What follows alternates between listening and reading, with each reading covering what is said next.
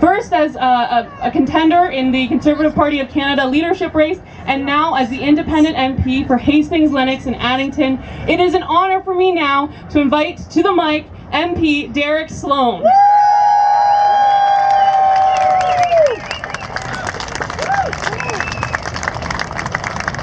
Hello, Ottawa. How are you doing? I brought my family with me today. I hope you don't mind.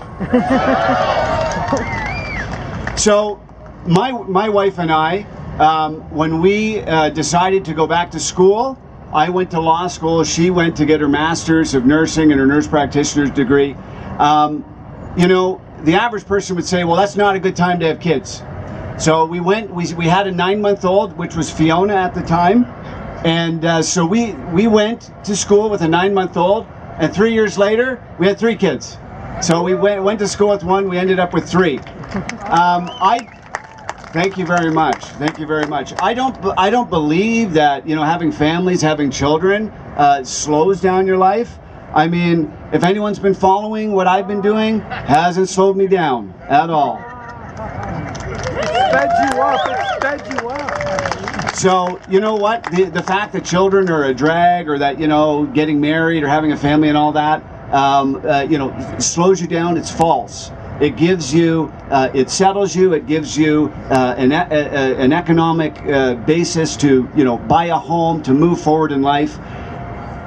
Having a family, having kids is the foundation for really the structure of this country. And obviously not everyone is able to do that, and people may not have met the right person, and that's fine.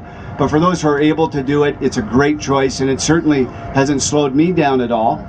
I just want to tell you a personal story about something that Jen and I went through. I've always been pro-life. I haven't always been super faithful. I am now. I consider myself a very serious Christian. I don't think anyone who likes me or doesn't like me would dispute that. But I've always had an issue with abortion because it just doesn't seem fair. It's you know, it's violent. It violates the one of the most peaceful areas we have, you know, in life on this earth. It doesn't seem fair to the baby.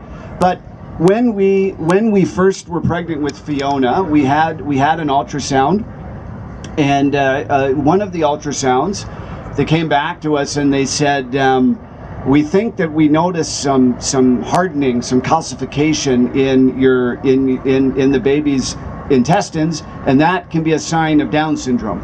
So if you guys are going to do something about that, you better start thinking if you're going to do something.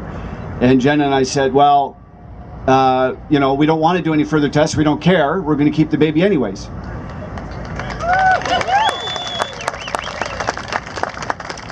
And so Fiona was born, and she was fine, and you can see her today. She's, and you know, I should say, you know, no matter what baby you have, whether they have Down syndrome or something else, they're a blessing from God. But our daughter was born without Down syndrome, without any genetic issues. And we were kind of told later, we're like, well, you know, what happened with that ultrasound? And they said, well, you know what, in the development of it, if they're shifting it or moving it a little bit, you can, you know, get some blurring and all this. And, you know, it made me think of how many other people have, you know, terminated pregnancies because someone in the hospital didn't develop the ultrasound the right way. I mean, it's just, you know, it's just appalling that, you know, that that something like that has probably happened many other times, and we've lost great benefits to Canada, like Fiona, from others.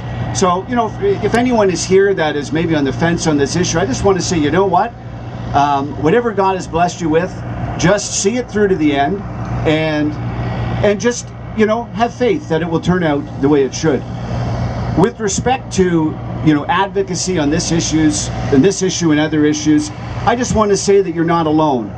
And regardless of what, you know, the powers that be may do to you, to stand firm on your values and your convictions gives you a greater pedestal than what you have had before. And for me, whatever things have happened to me, I have a bigger audience, I have a bigger role of influence than I've ever had before.